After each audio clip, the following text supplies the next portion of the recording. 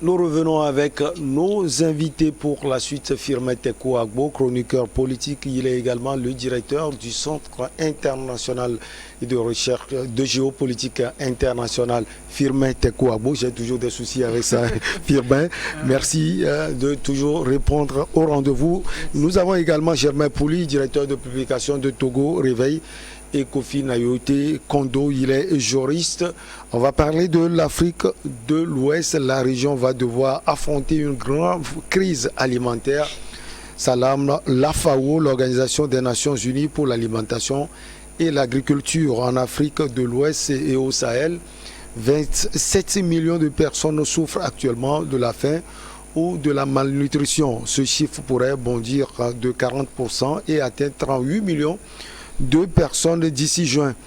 En cause, l'insécurité, la sécheresse, mais aussi les effets inflationnistes sur les prix des denrées consécutifs à la pandémie de Covid-19 et à la guerre en Ukraine, des chiffres qui inquiètent Firmin Tekou Agbo.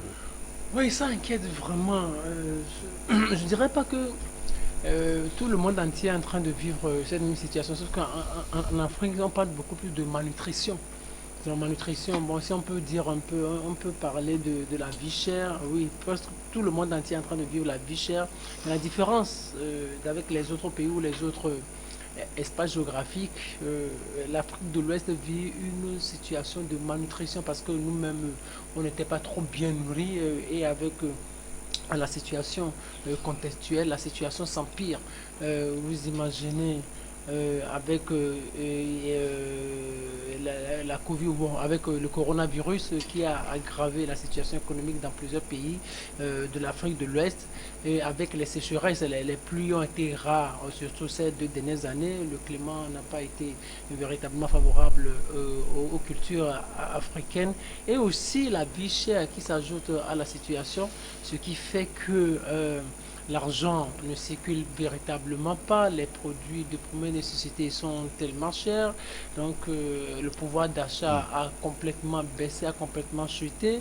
Les produits de première nécessité qui ne sont pas subventionnés, la consommation n'est pas au rendez-vous, donc dans les ménages c'est tellement difficile. Les Africains, on disait quand on était encore jeune que les Africains vivaient avec moins d'$1 par jour. Aujourd'hui peut-être c'est avec moins de centimes de dollars par jour parce que la situation s'est aggravée. Mais ce qui est encore dramatique dans l'histoire, c'est qu'on dit d'ici juin, d'ici 2 mois, le chiffre pourrait aller encore à la hausse. Ça veut 10 millions, presque 10 millions vont s'ajouter à la chose parce qu'on parle de 27 millions aujourd'hui et en juin on parle de 38 millions déjà, ça veut dire plus de 10 millions qui vont s'ajouter à ce chiffre qui est déjà accablant. Donc c'est tellement lourd. Et il y a aussi la guerre en Ukraine qui s'invite aussi parce que le blé russe vient nourrir fortement le continent africain parce que le plus gros importateur du blé ukrainien c'est l'Égypte, mais suivi du Nigeria. Nigeria qui fait partie de l'Afrique de l'Ouest. Et aujourd'hui, si le blé ne vient pas suffisamment au Nigeria, ça va indirectement impacter les autres parties de la région. Donc nous sommes dans une situation difficile, mais la situation peut être réglée où on pourrait trouver un petit remède, ne serait-ce que pour un temps, à cette situation, si les chefs d'État revoient un peu leur politique sociale et cherchent à mettre en place des politiques pour rehausser le pouvoir d'achat ou pour subventionner les produits de première nécessité, comme Talon est en train de le faire au Bénin actuellement. Oui, il parlait de la guerre en Ukraine, mais cette guerre ne doit pas faire oublier les crises alimentaires répétées en Afrique. Germain Pouli. Oui, tout à fait. Non, bien avant la guerre en Ukraine, il y a eu la cherté de la vie qui était due essentiellement à la pandémie, avec les coûts qui se sont pratiquement doublés, les coûts du fret maritime, qui ont influencé les prix finalement des denrées, parce que vous savez, notre continent importe pratiquement tout. Tout ce que nous consommons, à plus de 80% vient de l'étranger pratiquement, et c'est très dramatique. Je pense que c'est le moment de revoir les politiques au niveau alimentaire. Nos comportements, c'est pas une question d'autorité, mais c'est une question de tous les Africains. Nous consommons ce que nous ne produisons pas et nous produisons ce que nous ne consommons pas. Donc on produit pour exporter et on importe pour manger, alors que nous avons des terres et qu'on pourrait bien accroître les productions de certaines denrées dont on a besoin pour vivre au quotidien. Aujourd'hui, on parle du blé parce qu'on a mis le pain en avant dans toute notre façon de nous alimenter. Le pain vient, vous savez déjà, les pâtes alimentaires, les spaghettis et tout ça. Aujourd'hui, les prix ont augmenté. Vous avez le pain ordinaire aussi. Donc tout ça, c'est à base de blé. Et les Africains en ont fait pratiquement le principal recette alimentaire. Après vient le riz. Qui est consommé pratiquement matin, midi, soir dans certaines parties donc, de l'Afrique. Et ce riz-là ne vient pas de l'Afrique, il vient de l'Asie. Dans des pays asiatiques, ça aussi c'est une autre catastrophe. Là, nous exportons le coton, nous exportons le café cacao qui nous revient même plus cher sous forme de café et cacao. Nous exportons un certain nombre de choses, soja, les ananas par-ci, par-là, les anacardes et tout cela. Et donc nous produisons des choses qu'on ne consomme pas et nous consommons des choses que nous ne produisons pas. Donc il faut forcément revoir cela. Et quand on prend ce cri d'alerte-là, il concerne certains pays, notamment ceux du Sahel, donc le Niger, le Mali, le Burkina Faso, qui sont très affectés. Et ensuite viennent des pays comme le Nigeria, le Cameroun, le Tchad aussi, qui sont assez touchés.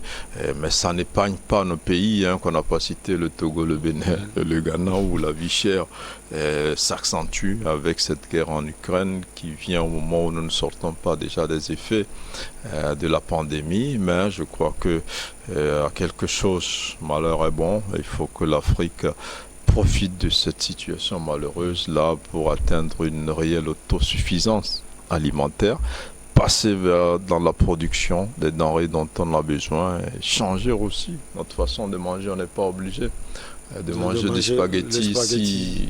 Les Ukrainiens et les Russes ont du mal à nous trouver du pain.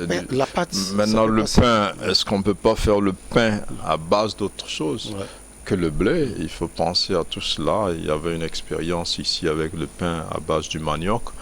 Malheureusement, ce producteur n'a pas trop évolué. Peut-être il faut revenir à cela parce que nous produisons assez de manioc qu'on exporte d'ailleurs en quantité.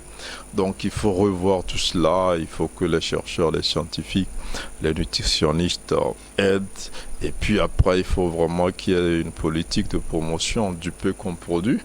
Après aussi, il faut qu'on intéresse nos jeunes à la culture, parce que tous les jeunes quittent les milieux ruraux, il n'y a que les femmes qui cultivent. Les jeunes veulent faire pour nous nourrir. Journalistes, juristes, non, même pas. Si c'était ça encore, c'est jouable. Ils veulent être émigrants ou gardiens, agents de sécurité. Vous voyez, c'est un peu aujourd'hui. Et ça, je pense que l'agriculture apporte plus que ça. Peut-être qu'on attend que l'État rendre ces métiers-là plus attrayants.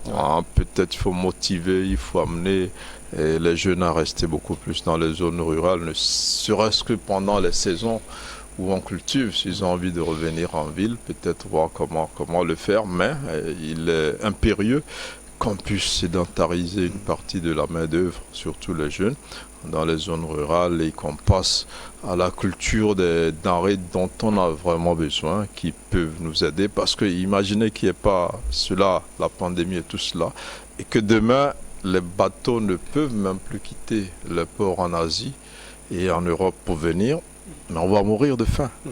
Il n'y a pas de guerre, il n'y a rien, mais s'il y a une guerre et une grève, par exemple, des armateurs, je donne un exemple, c'est un peu tiré par les cheveux, mais si quelque chose empêche demain que les bateaux viennent en Afrique, c'est que nous allons mourir de faim.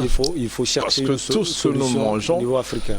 La plupart de tout ce que nous mangeons vient de l'étranger. Je crois qu'il faut revoir ces habitudes-là. Alors que l'Afrique a tout. Maintenant, il faut qu'on s'intéresse à ce que nous produisons. C'est vraiment pas une affaire de gouvernement. Et je mange du spaghetti. Le spaghetti est cher.